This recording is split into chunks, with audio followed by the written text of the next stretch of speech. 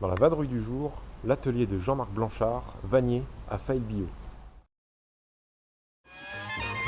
Rencontrer des passionnés, gastronomes, artisans, au gré des vents, découvrir des techniques et voyager simplement, telle sera la devise, non sans gourmandise, de Fripouille en vadrouille. La créativité de chacun amène à des formes souvent plus variées que celles traditionnelles auxquelles on pense. Par exemple, cette forme-là, avec différentes couleurs, qui s'éloignent un peu des paniers plus classiques.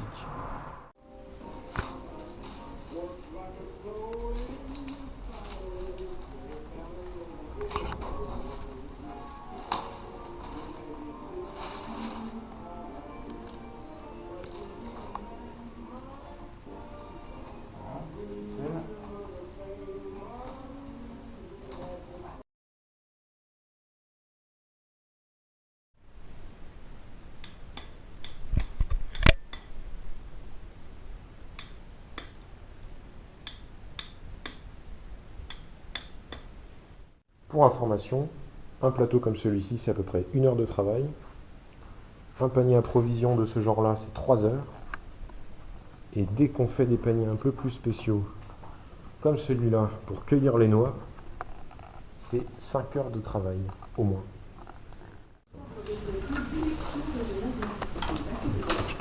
Donc là, en fait, je travaille avec 3 brins à la fois.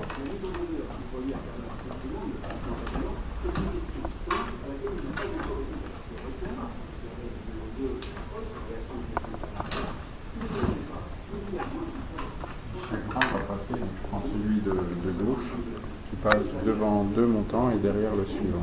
D'accord. Il se retrouve un passage plus à droite que celui qui était le plus à droite. Donc je reprends celui de gauche, devant 2, derrière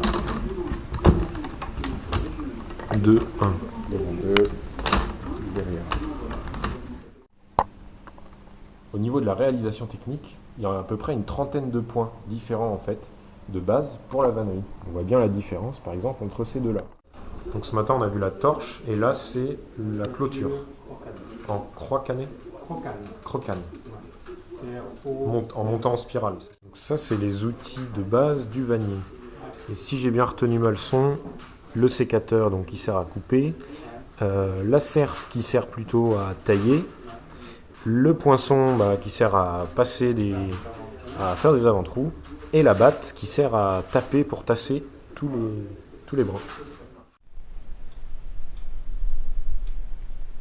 C'est un travail manuel de précision, et comme on peut vraiment faire tout ce que l'on veut, Jean-Marc Blanchard, il a étalé toute la palette des possibles. Par exemple, il fait même des barres, comme celui-ci.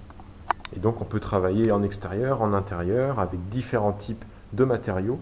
Parce que bien sûr, le saule, c'est le principal matériau, mais on peut l'associer avec des métaux, avec du cuir, du bois, voire de la terre, de la pierre, tout ce qu'on veut.